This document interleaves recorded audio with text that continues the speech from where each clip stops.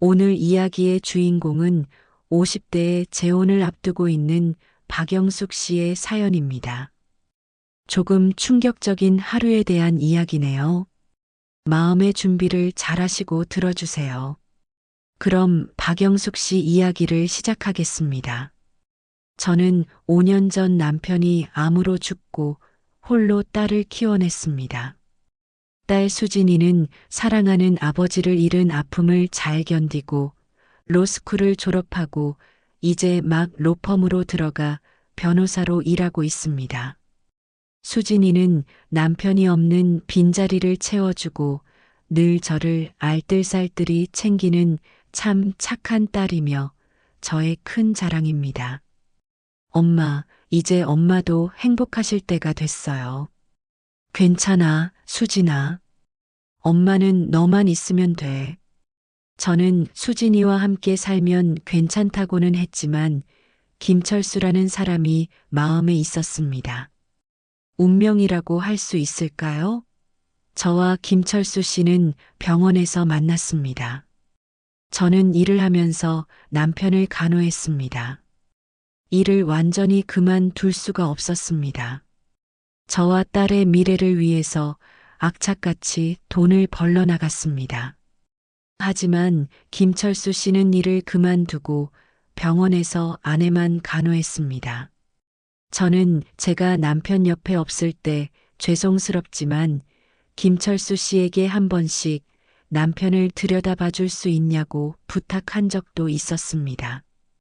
저는 김철수 씨에게 일을 하지 않으면 병원비를 어떻게 감당하냐고 물은 적이 있었습니다.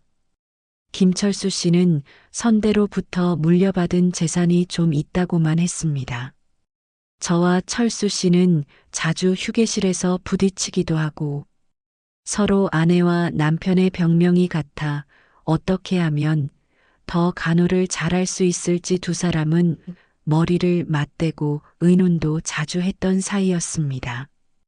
그렇게 우리들은 최선을 다해 남편을 그리고 아내를 간호하고 돌보았습니다. 하지만 암 앞에서는 인간의 나약함이 무릎을 꿇어야 했습니다. 저의 남편은 5년 전에, 그리고 김철수 씨의 아내는 저의 남편이 죽고 3달 후에 하늘나라로 갔습니다. 두 사람은 남편과 아내를 잃은 아픔도 있었지만 서로를 이미 많이 의지하고 있다는 것을 말하지 않아도 알고 있었습니다. 두 사람은 가끔씩 만나서 서로의 안부를 묻기도 하고 시간이 있을 땐 같이 저녁을 먹고 산책을 하기도 했습니다. 그렇게 2년의 시간을 보냈습니다. 영숙 씨, 우리 둘 다 힘든 시간 보냈잖아요. 이제 서로 의지하며 살면 어떨까요? 철수 씨는 아내가 하늘나라로 간 뒤 아들과 살고 있었는데 얼마 전 아들도 짝을 만나 결혼하고 분가해서 철수 씨 혼자 살고 있었습니다.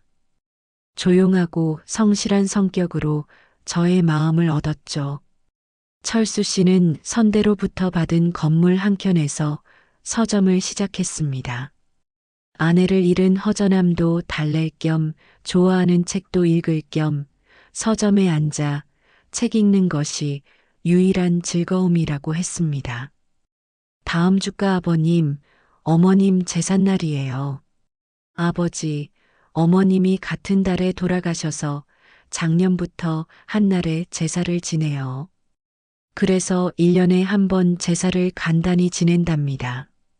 우리 집안 사람들이 다 오는 자리니까 같이 가실래요? 그런데 그날 아들은 해외 출장이라 못 온다고 합니다. 그리고 며느리는 요즘 입덧이 심해서요. 철수 씨는 아들은 지난번에도 만났고 수시로 또 만나면 되니까요 라고 하는 것이었습니다. 제가 가도 될까요? 아직? 같이 가주시면 저는 영광입니다. 가족이 될 사람인데 가족 분위기도 한번 살펴보시고 또 인사도 할 겸 친해지는 계기가 될 거예요. 저는 제삿날이라고 해서 가기를 머뭇거렸지만 요즘같이 바쁜 세상에 가족을 한꺼번에 만날 수 있고 제사도 간단히 지낸다니 그럼 가도 괜찮지 않을까라고 생각했습니다. 그래서 많은 고민을 했지만 가기로 결정했습니다. 저는 철수 씨와의 결혼이 점점 가까워진다는 설렘도 있었지만 가족들을 만난다는 것이 또 걱정도 되었습니다. 그냥 한 번씩 만나고 밥 먹고 하기에는 저와 철수 씨의 마음이 많이 깊어졌습니다. 재혼을 해야겠다는 쪽으로 생각이 기울어졌습니다. 둘이서 한 집에 살면서 하고 싶은 일들을 얘기했습니다.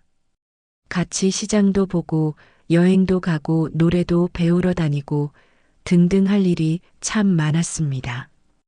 혼자보다는 둘이서 같이 하면 더 즐겁겠다는 생각을 했습니다.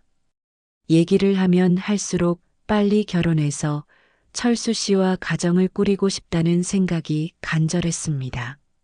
수진이도 철수 씨를 만나보더니 외롭지 않게 재혼을 하라고 했습니다.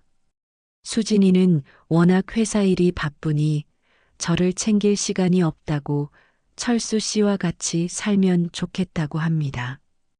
수진이는 일이 재미있어 일에 몰두하고 싶은데 엄마가 외로우니까 엄마를 챙겨야 한다는 생각에 일에 완전히 집중을 못할 때가 있다고 합니다. 그래서 철수 씨와는 내년 봄쯤 결혼을 하자고 얘기를 하던 중이었습니다. 제삿날 같이 가기로 결정한 후부터 저는 제사와 예절에 대한 공부를 했습니다. 노트에 중요한 것을 적어가면서 열심히 공부하고 준비했습니다. 마음의 준비도 하고요. 거실에는 제사 예절 관련 책들 그리고 제사 음식에 대한 책들이 쌓여 있었습니다. 저는 책을 소리내어 읽어보기도 했습니다. 드라마에서나 제사 지내는 것을 보았지 제가 제사상을 차린 적은 없었습니다. 남편의 부모님은 제가 결혼하기 전에 돌아가셨습니다. 남편도 자기의 제사를 지내지 말아달라고 부탁했습니다. 남편은 제삿날도 못 올 거라고 했습니다. 살아생전 다녀보지 못한 곳을 다니니까 제삿날도 잊어먹을 수 있다고 했습니다. 기일이면 남편이 평소 좋아하던 단팥빵과 커피를 들고 수진이와 남편의 산소를 찾습니다. 그리고 한동안 수진이와 저의 근황을 얘기하고 시간을 보내다가 돌아옵니다. 수진이 퇴근해서 들어오면서 쌓인 책들을 보며 한마디 합니다. 엄마, 뭐 하세요? 아, 수진이 왔구나. 제사 예절 공부하고 있어. 수진이가 책 제목을 읽습니다. 제사와 차례, 전통 예절의 모든 것. 엄마, 이렇게까지 하실 필요 있어요? 첫 인상이 중요하잖아. 실수라도 하면 철수 씨한테 미안하고 수진이는 엄마가 유난스럽다고 생각했지만 저는 최선을 다해야 한다고 생각했습니다. 제가 제사와 많은 사람들의 모임에는 익숙하지가 않아서 벌써 불편함을 느끼고 있었습니다. 가지 말까? 라고도 생각했지만 이미 철수 씨와 약속을 한지라 안 가겠다고 하면 가족들에 대한 예의가 아닌 것 같았습니다. 철수 씨 가족들한테도 벌써 얘기를 했을 거고요. 저는 제사에 가기로 한 2주 전에 한복집을 들렀습니다. 제사라고 하는데 그래도 한복을 입고 가는 것이 더 좋겠다는 생각을 했습니다. 영숙 씨 이 색이 잘 어울리세요. 너무 화려하지도 않고 품이 있어 보여요. 제가 재혼하는 처지라 너무 튀면 안 될 것 같아서요. 이 나이에 사랑 찾으신 거 축하드려요. 저는 거울 앞에서 한복을 입어보았습니다. 요즘 한복이 참 곱게도 나옵니다. 거울을 보며 괜찮을까? 속으로 생각했습니다. 저는 제가 입고 갈 한복을 고른 후에 선물도 미리 준비해야겠다는 생각에 백화점을 들러 점원과 상담했습니다. 저는 철수 씨로부터 누가 오는 건지 그리고 누가 연장자인지 물어두었습니다. 어르신들 선물로는 홍삼이 좋으시겠네요. 얼마 정도가 적당할까요? 너무 비싸지도. 그렇다고 너무 싸지도 않으면서 고급진 그런 선물 없을까요? 이 정도면 정성스러우면서도 부담스럽지 않으실 거예요. 저는 정성스럽게 선물을 사고 포장을 해서 집으로 돌아왔습니다. 이 정도면 좋은 인상을 줄 수 있을까? 집으로 돌아온 저는 침대에 한복을 깔끔히 펼쳐놓고 선물들을 정리해 두었습니다. 수진이와 마주 앉아 저녁을 먹으면서 이런저런 이야기를 했습니다. 엄마, 내일 제가 같이 갈까요? 아니야. 처음인데 너까지 같이 가면 부담스러워 할 거야. 그래도 걱정돼요. 엄마 혼자. 괜찮아. 철수 아저씨가 있으니까. 밥을 다 먹고 수진이가 설거지를 하는 동안 저는 노트를 보며 제사 공부를 계속했습니다. 절할 때 두 손은 가지런히. 인사말은 안녕하세요. 박영숙입니다. 설거지를 마치고 수진이가 옆에 앉으면서 엄마, 이건 뭐예요? 대화 주제까지 적어뒀네요. 혹시 할 말이 없을까봐. 건강은 어떠신지, 날씨가 춥네요. 이런 거라도. 엄마, 엄마는 누구보다 좋은 분이에요. 너무 위축되지 마세요. 지금 이대로의 모습에서도 빛이 나요. 고마워, 수진아. 엄마가 너무 긴장한 것 같지? 저는 밤새 잠을 자는 둥 마는 둥 했습니다. 새벽 4시쯤은 아예 자리를 털고 일어났습니다. 누워 있는 것보다는 준비를 하는 게 낫겠다 싶었습니다. 잠을 설쳤더니 얼굴이 부시시해 보였습니다. 거울 앞에서 머리를 만지고 화장을 했습니다. 제사에 가는 거라 화장을 너무 진하게 하면 좋지 않으니까 살짝만 해야겠다고 생각했습니다. 거울을 보며 저는 박영숙, 당당하게 하자. 철수 씨 가족들도 이상한 사람들이 아니고 그냥 평범한 사람들이야 하면서 깊은 숨을 쉬며 스스로를 달랬습니다. 한복을 입고 마지막으로 선물 포장을 확인했습니다. 홍삼 세트, 건강차. 맞다. 큰형님 내외는 이걸로, 작은 형님 내외분은 이것으로. 제가 중얼거리면서 마지막 점검을 하고 있는 사이에 수진이가 일어나서 나왔습니다. 엄마, 벌써 일어나셨어요? 응. 잠이 안 와서. 수진이는 저를 물끄러미 바라보더니 이렇게 말했습니다. 엄마, 정말 예쁘세요. 한복이 정말 잘 어울려요. 그래, 다행이다. 오전에는 한복도 다시 입어보고 선물 리스트도 다시 한번 더 꼼꼼히 챙겼습니다. 수진이와 점심을 먹고 커피를 한 잔 마시고 있을 때였습니다. 초인종이 울렸고 드디어 철수 씨가 왔습니다. 영숙 씨, 준비 다 됐어요? 정말 예쁘세요. 고맙습니다. 선물은 여기 있어요. 이렇게까지 준비하실 필요 없었는데. 첫 인사 가는 거라서 준비를 정성껏 한다고는 했는데. 수진이도 철수 씨에게 인사를 했습니다. 철수 아저씨, 우리 엄마 잘 부탁드려요. 수진 씨도 걱정 마세요.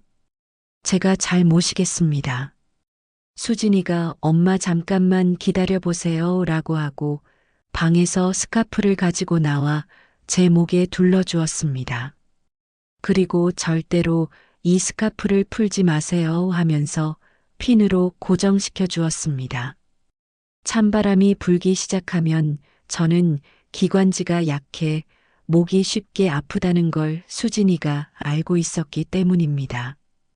저는 수진이에게 고맙다 인사를 하고 마지막으로 거울을 한 번 더 보고 스카프와 핀이 잘 고정되었는지 확인했습니다. 걱정하는 수진이를 뒤로 하고 저는 철수 씨와 함께 출발했습니다. 오후 4시쯤 도착하기로 형님들께 얘기를 해두었다고 했습니다. 긴장 안 하셔도 돼요. 우리 가족들 다 좋은 사람들이에요. 평택까지 가려면 한참 가야 하니 차에서 좀 주무세요. 잠도 설치고 못 주무셨을 텐데요. 철수 씨는 철수 씨가 할 수 있는 모든 배려를 다 해주면서 저를 안심시켰습니다.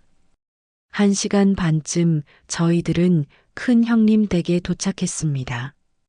철수 씨의 큰 형님 내외와 작은 형님, 가족들, 그리고 철수 씨의 작은 아버지와 고모님이 와 계셨습니다. 원래 제사 때는 형님들 가족하고만 지내는데 이번에는 모두 시간들이 맞아서 모이신 거라고 했습니다. 저와 철수 씨가 안으로 들어가자 모두 저만 쳐다보았습니다. 형님 소개할게요. 제가 말씀드렸던 영숙 씨예요. 아, 네, 안녕하세요. 하지만 분위기는 싸늘했습니다. 큰형수가 침묵을 깨고 말했습니다. 어서 오세요. 말씀 많이 들었어요. 큰 형수님은 절제된 말투로 딱 그렇게 두 마디만 했습니다. 작은 형수도 저를 보는 시선이 곱지만은 않았습니다. 선물을 받으면서도 눈빛은 너를 한번 지켜보마.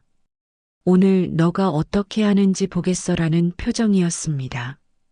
인사도 제대로 나누지 못했는데 큰 형수가 말했습니다.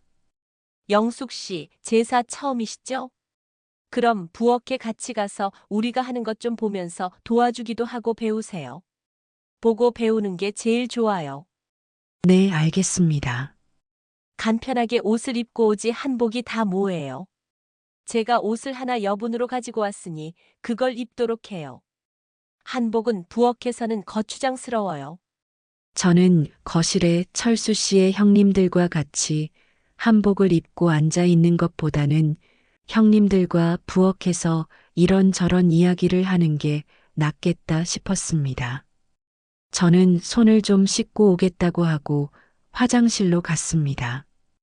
옷은 갈아입었지만 수진이가 스카프를 절대 풀지 말라는 말이 생각나서 스카프와 핀은 그대로 하고 형님들이 있는 부엌으로 갔습니다. 부엌으로 들어가니 형님들은 저를 못마땅하니 얼굴이 못생겼니 늙어 보이니 하면서 제가 들으라는 듯 작지 않은 목소리로 얘기를 했습니다. 철수 씨는 가족들에게 제가 어떻게 살아왔고 어떤 일을 했는지 구체적인 것을 얘기하지 않았다고 했습니다. 좋은 사람이고 남은 일생을 같이 하고 싶은 사람이라고만 했다는 것입니다. 어차피 철수 씨는 형님 그리고 형수님들하고는 제삿날 하루만 만나지 다른 날에는 만나지도 않는다고 했습니다.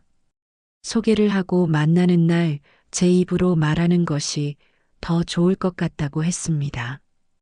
철수 씨 입을 통하면 괜한 선입견이 생길 수도 있고 제 이야기가 더해지거나 빼질 수도 있어서 미리 얘기한 것은 나이와 딸이 하나 있다는 것밖에는 얘기한 것이 없다고 했습니다. 그리고 얘기할 시간도 따로 없었다고 했습니다. 요즘은 모두들 바쁘게 사니까 그럴만도 하다고 생각했고 철수 씨도 입이 정말 무거운 사람이긴 하거든요. 형님들은 철수 씨가 돈이 있는 걸 알고 접근했나 라고도 하고 저를 꽃뱀일지도 모른다는 말투로 말을 했습니다. 저는 못 들은 척하고 부엌에 여분의 앞치마가 있길래 앞치마를 둘렀습니다. 저 들으라고 일부러 소리를 낮추지도 않고 얘기했습니다. 제가 있어서 조심한다는 생각이 하나도 들지 않았습니다. 저녁을 먹으면서 제 이야기를 할 시간이 있을 테니 그때 가서 저에 대한 궁금한 점들을 얘기하면 되겠다 싶었습니다. 큰형님과 작은형님은 제가 부엌으로 들어오자마자 이것저것 가리지 않고 지시를 했습니다. 영숙 씨, 일단 이 무나물부터 무쳐보세요. 우리 집은 참기름 많이 넣는 것을 좋아하지 않아요. 네, 알겠습니다. 작은형님은 속삭이며 큰형님에게 형님, 과부라 그런지 살림을 살아보기는 했나 보네요. 먹고 살려면 일은 해야지. 저는 들었지만 대꾸를 하지 않았습니다. 아니, 제가 듣지 못하게 조심해서 얘기하는 것이 아니라 대놓고 얘기를 했습니다. 큰형님은 또 말을 이어갔습니다. 아, 영숙 씨, 저희는 제사상이 까다로워요. 생선도 종류가 민어부터 조기 그리고 참돔까지. 문어도 별도로 주문 넣어서 좋은 것으로 제사상에 올려요. 돈베기도 빠지면 안 되고요. 고기는 소고기, 돼지고기 그리고 닭고기를 다 써요. 저는 네, 책에서 봤습니다라고 대답했습니다. 책? 아이고, 책으로 배우면 안 되지 하면서 작은 형님은 콧방귀를 뀌면서 말했습니다. 손으로 배워야지, 손으로.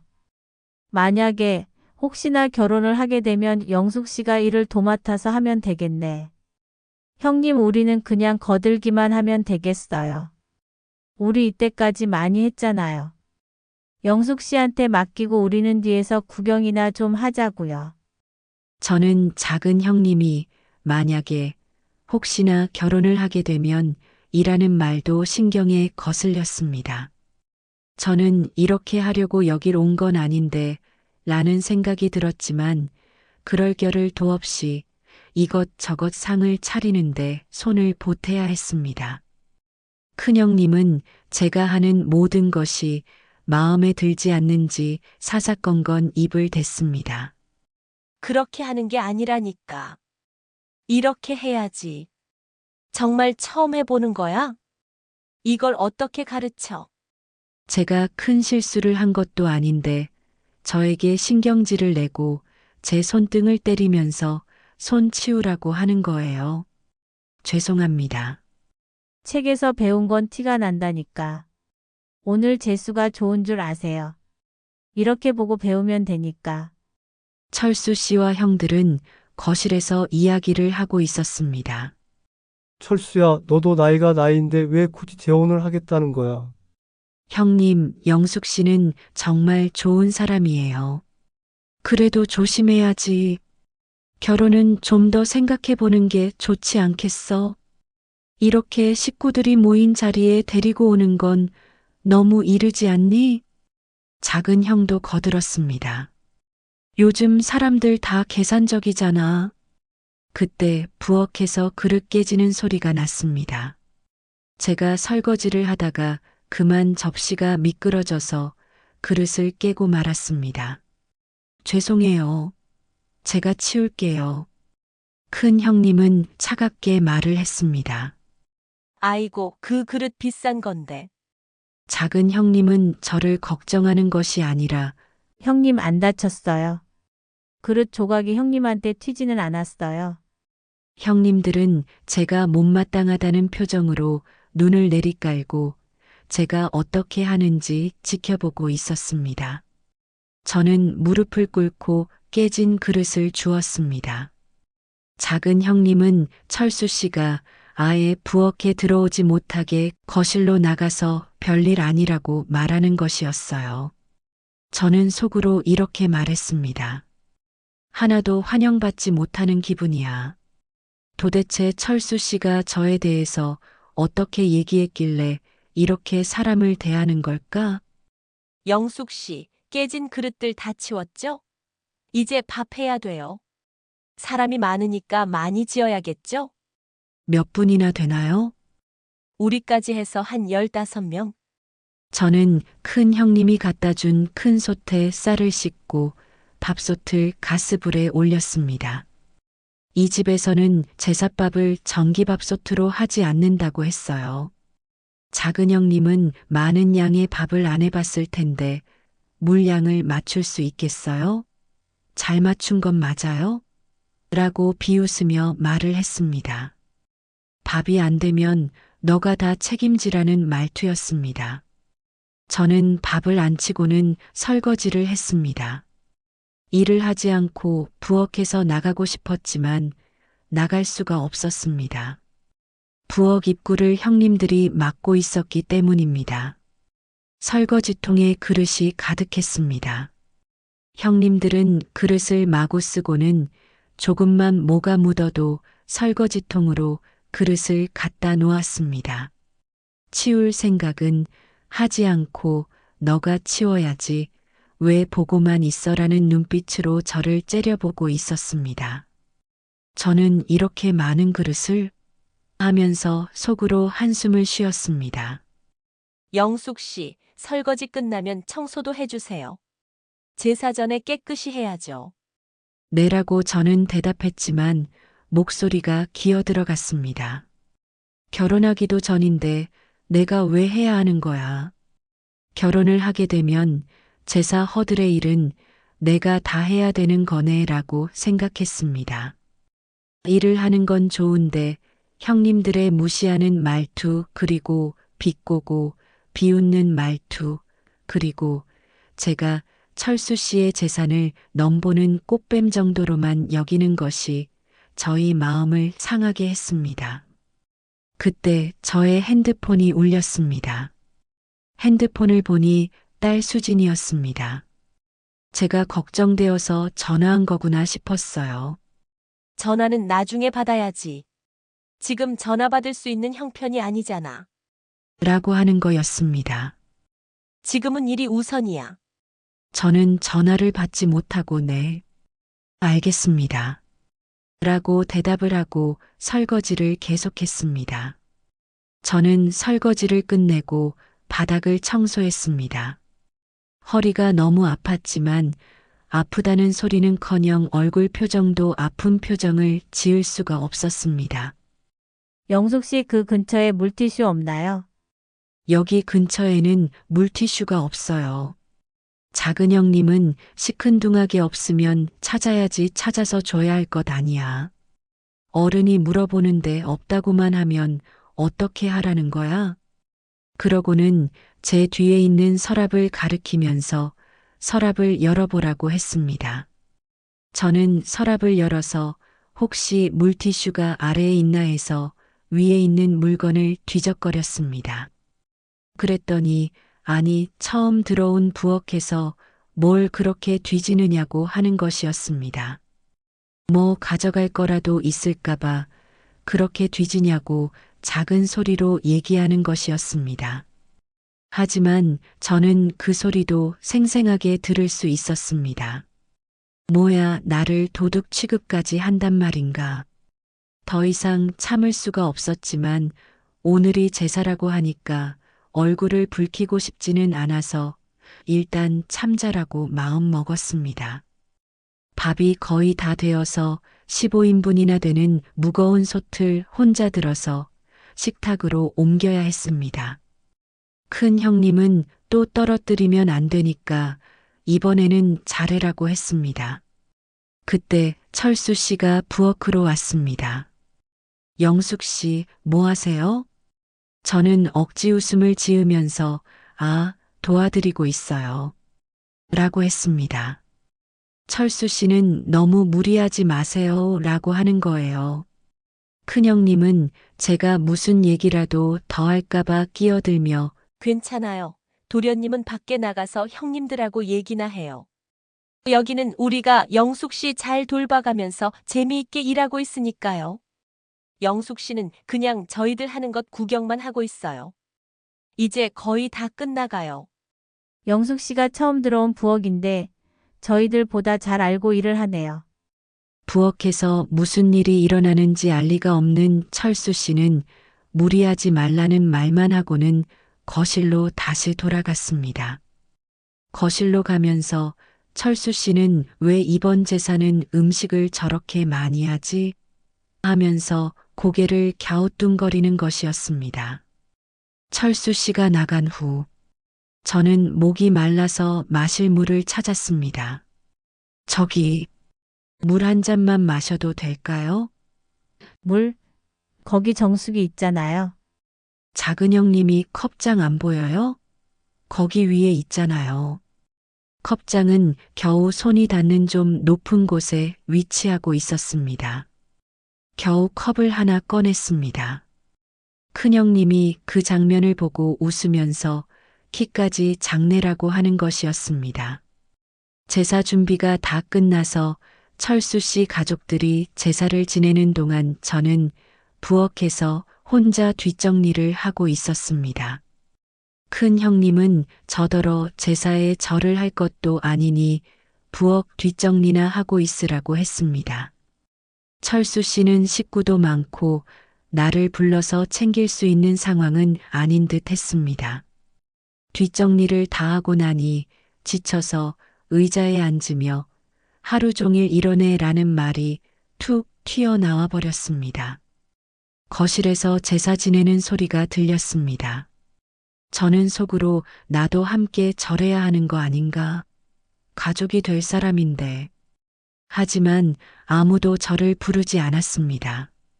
나중에 제가 알게 된 사실인데 큰형님이 철수 씨에게 제가 이번에는 절을 하지 않겠다고 했다는 것이었습니다. 제사가 끝났는지 형님들이 부엌으로 들어왔고 큰형님은 들어오면서 영숙 씨 이제 밥 먹을 준비합시다. 절하는 것은 끝났나요? 큰형님은 제사에서 절은 가족만 하는 거잖아요. 아직 결혼을 한 것도 아니고 그렇잖아요. 그렇게 말을 했습니다. 저는 속으로 아직이라니, 그럼 나는 오늘 왜 온 거야? 이렇게 혼잣말을 했습니다. 제사가 끝나고 가족들이 둘러앉았습니다. 저는 형님들과 같은 상에 앉았습니다. 하지만 제가 물을 가지러 잠깐 부엌으로 간 사이에 작은아버지께서 철수 씨에게 물었습니다. 철수야, 영숙 씨 재산은 얼마나 돼? 철수 씨는 작은아버님, 그런 얘기를 왜? 라고는 했지만 작은아버님은 뭐가 그런 얘기야? 과부가 빈손으로 딸만 데리고 들어오는 건 아니겠지? 라고 하는 것이었습니다. 저는 부엌에서 이 대화를 들으며 주먹을 꽉 쥐었습니다. 작은 형님이 요즘 재혼하는 사람들 다 계산적이라던데요. 라고 하는 것이었습니다. 큰형님은 과부가 집안에 들어오면 좋지 않다고 하던데. 우리 집안은 대대로 깨끗했잖아요. 작은 아버님이 다시 말을 이어갔습니다. 철수야, 정신 차려. 늙어서 해픈 짓 하는 거 아니야? 철수 씨가 반박하려 했지만 나이도 나이고 애까지 딸려 있고 부담스러워 라고 작은아버지가 큰 소리로 말했습니다. 저는 도저히 더 이상은 참을 수가 없어서 부엌에서 나왔습니다. 그리고 저는 최대한 차분하게 목소리를 낮추어서 말을 했습니다. 죄송하지만 제가 들을 말이 아닌 것 같네요. 하루 종일 일만 시키시더니 이제는 제 인격까지 모독하시는 건가요? 작은아버지는 과부 주제에 말이 많네. 라고 하는 것이었어요. 분위기가 격앙되려는 순간 정적을 깨고 초인종 소리가 크게 났고 모두들 그 소리에 깜짝 놀랐습니다. 큰형님이 문을 열며 누구세요? 안녕하세요. 박영숙 씨의 딸 수진입니다. 큰형님은 당황하며 갑자기 왜? 수진은 단호하게 어머니 좀 뵐 수 있을까요? 저는 깜짝 놀라며 수진아, 왜 왔어? 수진은 엄마의 지친 모습을 보며 엄마 괜찮으세요? 엄마 손이 왜 이래요? 아까 그릇을 깨면서 제 손에도 상처가 난 것도 모르고 있었습니다. 큰형님이 끼어들며 아, 영숙 씨가 도와주신다고. 도와주신다고요? 손님으로 초대해 놓고 수진이가 차갑게 말을 했습니다. 수진이는 우리 어머니는 제사에 참여하셨나요? 큰형님은 머뭇거리며 그건 아직 가족이 아니라서. 수진의 표정이 차가워졌습니다. 가족이 아니라서 제사는 못 지내고 일은 시키셨다는 말씀인가요? 수진이가 이렇게 갑자기 나타난 이유는 낮에 제가 전화를 받지 않은 것 때문이라고 했습니다. 그리고 수진이는 여러 번 전화를 저에게 했다고 합니다. 그런데 제가 전화를 받지 않고 저 대신에 다른 사람의 목소리가 들려왔다고 했습니다. 여보세요, 엄마. 아, 영숙 씨 딸이죠? 지금 바빠요. 나중에 전화 주세요. 제가 잠깐 무엇을 가지러 간 사이에 수진이로부터 걸려온 전화를 형님이 대신 받은 것이었습니다. 그리고는 전화기의 전원을 꺼버렸습니다. 저는 형님이 대신 받은 줄도 몰랐고 전화기의 전원을 꺼버린 줄도 모르고 있었습니다. 수진이에게서 전화가 왔었다고 말도 하지 않았습니다. 수진이는 점점 불안해졌다고 했습니다. 다른 사람이 전화를 받았어? 엄마가 바쁘다고? 방문 첫날에 전화를 못 받을 정도로 바쁜 일이 있단 말이야? 어디 아프신 거야? 분명 몸이 안 좋으신 것 같아. 어제 잠도 못 주무시고 내가 가봐야겠어. 그래서 수진이가 이렇게 들이닥친 것이었습니다. 수진이는 운전하고 오는 동안도 혼잣말로 아무리 생각해도 이상해. 엄마가 전화도 못 받을 정도로 바쁠 리가 그리고 전원이 왜 꺼져 있지? 오후에 집을 나갈 때 충전을 100% 해준 생각이 나는데 수진이는 계속 이상한 생각만 들었다고 했습니다. 수진이는 제가 알려준 집 담장 넘어서 엄마가 있나 살펴보고 있었다고 합니다. 부엌의 창문 너머로 엄마가 혼자 설거지하는 모습이 보였고 엄마는 매우 지쳐 보여 도저히 참을 수가 없었다고 했습니다. 저게 뭐야? 엄마가 혼자서. 수진이는 제가 혹시 몸이 좋지 않아서 전화 통화를 하면 아픈 것을 들킬까봐 전화를 받지 않는 것이라고 생각했습니다. 그리고 수진이는 제삿날인데 철수 아저씨가 엄마를 모시고 병원에 갈 수 없는 상황일 수 있으니 수진이가 병원에 모시고 가려고 온 것이었습니다. 철수 씨도 당황하기는 마찬가지였습니다. 수진 씨, 무슨 오해라도. 오해요? 그리고는 제 곁으로 다가오더니 제가 집을 나올 때 수진이가 달아준 스카프 핀을 빼는 것이었습니다. 수진아, 그건 뭐니? 제가 물었습니다. 그것은 아주 작은 최신 소형 녹음기였습니다. 그것이 녹음기라는 것을 그 누구도 눈치채지 못했습니다. 수진이는 철수 아저씨가 너무 좋은 사람으로 보여서 그 가족들 또한 좋은 사람들이겠지라는 호기심이 생겼다고 했습니다. 그래서 얼마나 좋은 사람들일지 너무 궁금해서 엄마 몰래 소형 녹음기를 스카프에 달아놓은 것이었습니다. 철수 씨뿐만 아니라 거기에 있던 모든 사람들이 소스라치게 놀랐습니다. 특히나 큰형님과 작은 형님은 놀라 입을 다물지 못했습니다. 수진이는 엄마가 혼자 설거지하고 청소하고 뒷정리하는 걸 다 봤습니다. 수진이는 여기 증거도 있어요 라고 하면서 핸드폰으로 찍은 사진들을 보여주고 녹음된 음성 파일을 틀었습니다. 부엌에서 오늘 하루 있었던 일들이 고스란히 드러나는 순간이었습니다.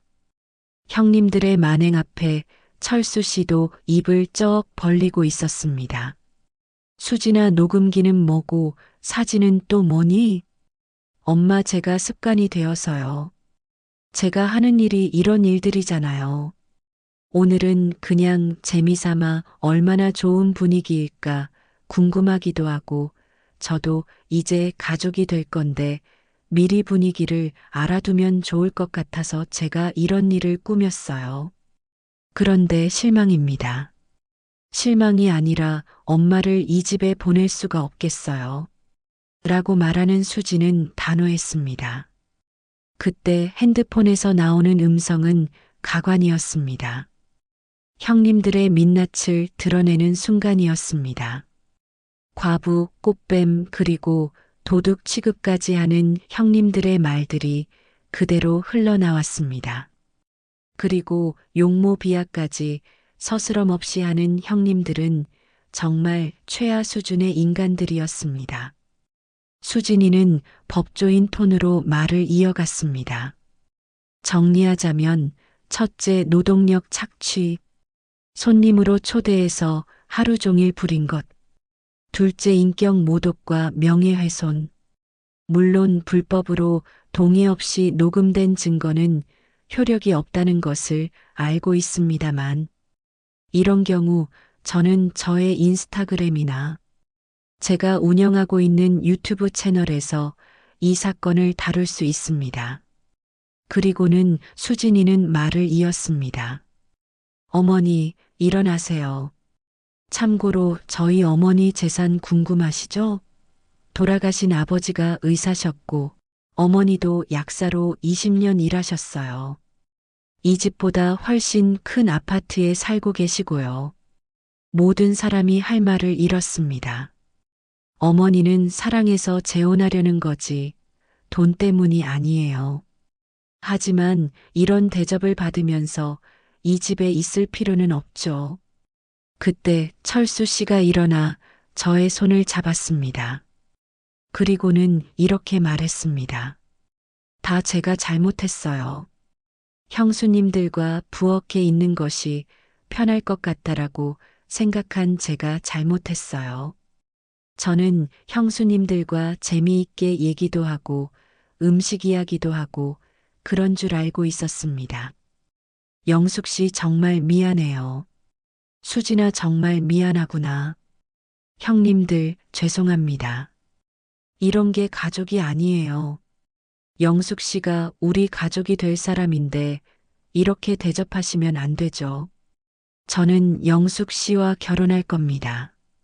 형님들 축복이 없어도요. 저와 수진 그리고 철수 씨는 함께 그 집을 나왔습니다. 진짜 가족은 서로를 존중하는 거예요. 영숙 씨 미안해요. 나중에 듣게 된 이야기인데 제삿날에는 간단히 과일과 포만 놓고 아버지, 어머니의 이야기를 하며 가족들이 아버지, 어머니를 추억하는 시간이었다고 했습니다. 하지만 형수들이 밥을 먹자면서 저를 골탕 먹이려고 일을 꾸민 것이었죠. 형수들이 철수 씨를 통해서 여러 번 미안하다고 사과를 했다고 합니다. 하지만 저는 아직 그 사과를 받아들이지 않고 있습니다.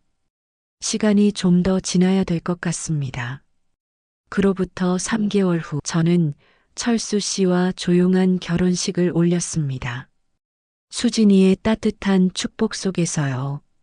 그리고 행복하게 저와 김철수 씨는 시장을 같이 가고 여행도 다니고 노래를 배우러 문화센터도 같이 다니며 잘 살고 있습니다. 진정한 사랑은 돈이나 조건이 아닌 서로를 존중하는 마음에서 시작된다는 것을 깨달은 이야기였습니다. 여러분도 이런 비슷한 경험이 있으신가요? 있으시다면 사연을 공유해 주세요. 그리고 항상 구독과 좋아요는 큰 힘이 됩니다. 감사합니다.